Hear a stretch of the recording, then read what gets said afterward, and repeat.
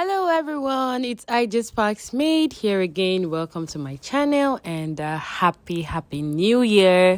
I hope you enjoyed the festive season. Today we're going to be learning how to do this basic subtraction method. So let's get started.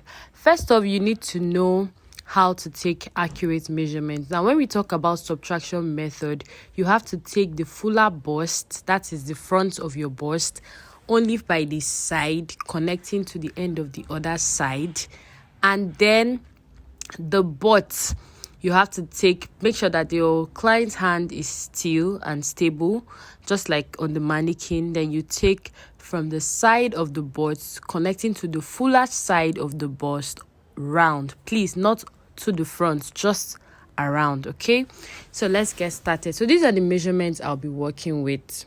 Bust 41, shoulder 8, shoulder to waist 8.5, shoulder to bust point 11.5, shoulder to under bust 15.5, round waist. We have the hips, basically all the basic measurements you usually take for your clients, and not forgetting that we have a front length difference from our back length, which is the half length for the front and for the back. I always do that for all of my measurements and all of my patterns. And then now the major measurement we are taking is across bust, which we have 24.5 for across butts, and then the across bust we have 22.5. Please excuse that 18.5, it is 22.5. So as usual, I'll start off with my baseline. I came down by half an inch for this baseline, just so that we can have a demarcation from the main pattern paper. So I'll go ahead and just draw my line horizontally across and do all of that, connecting it to the other end of this pattern paper. Okay, now one of the next thing I'll do is my shoulder measurement, and then I'll come down by 1 inch as usual, then standard neck width 3 inches, and then connect from the shoulder slope that we came down by 1 inch to meet the standard neck width. Next thing I'll do is to mark my bust point. Yes, the bust point is 11.5. I'll go ahead and mark my bust point and also draw a horizontal line across, and then when I'm done, I'll go ahead and mark my chest line, which I got 9.5. okay, so now this chest line, you're going to be connecting it all the way to the back. Unlike the bust point is only for the front part of your pattern. Okay, now when I'm done with this, I'll bring down my shoulder point down to the chest line and connect a straight line, to touch the shoulder point. And you know that this will be the line where we use for our armhole line.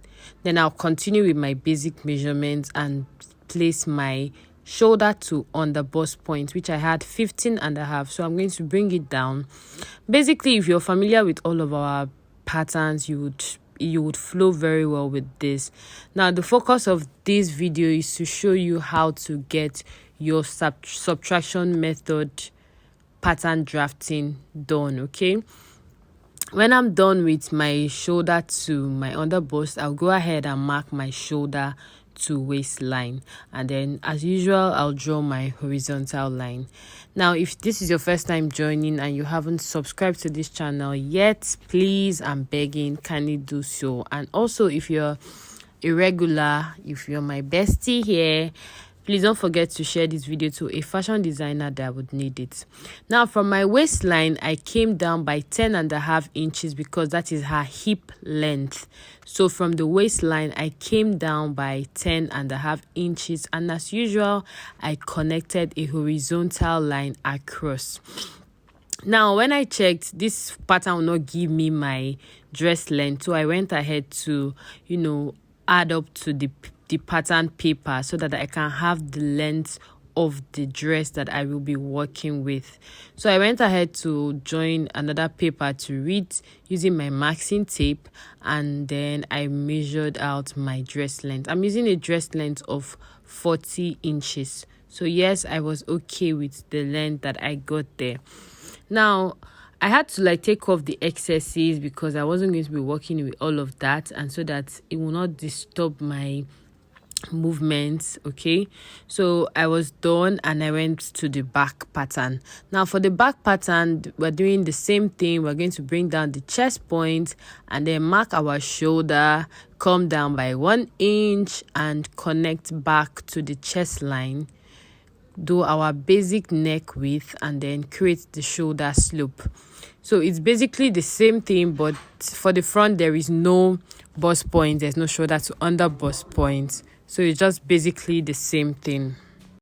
So not forgetting that our back length, that is our shoulder to back waist, is a different length from our front length. So I'll go ahead and mark my back length, which is 15.5 inches. Okay, and then from that back length, I'm going to measure my waist to hip from the front length, or just simply bring down 10.5. Remember that our hip length for the dress is 10.5, so I will just bring down my hip length and put down my 10.5, and then also from the hip length to the dress hem, you take the length you have there and put it to the back. You know that the back is going to be shorter than the front because we took a back length separate from the front length. Okay, so please don't be confused. Okay, so when I'm done with all of this, I will now go ahead to calculate my differences and impute it. Now it's simply this: whatever you get for your front bust, you're going to subtract it from your overall bust. Yes. So we have our overall bust to be 41 minus our across bust, which is 22.5. So now the 22.5 will go to the front, and then the difference we have will now go to the back, which we have 18.5. So don't get it mixed up. Meanwhile, for the butt area, you know that the fuller part, which is what we already measured across butt, will go to the back, while the difference will go to the front. Okay, so now for this across butt, we have a total of 45.5 minus 24.5. So that gave us 21. So at the end of the day, the front hip is taking 10.5.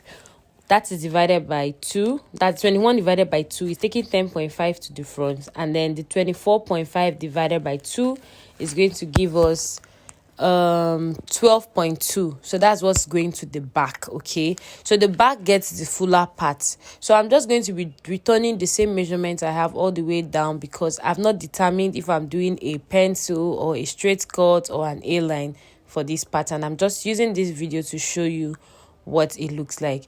Now the next thing I'm going to do is find the midpoints for my shoulder, and get my armhole curve. And then when I do this, I'll get my curve ruler and just curve all the way.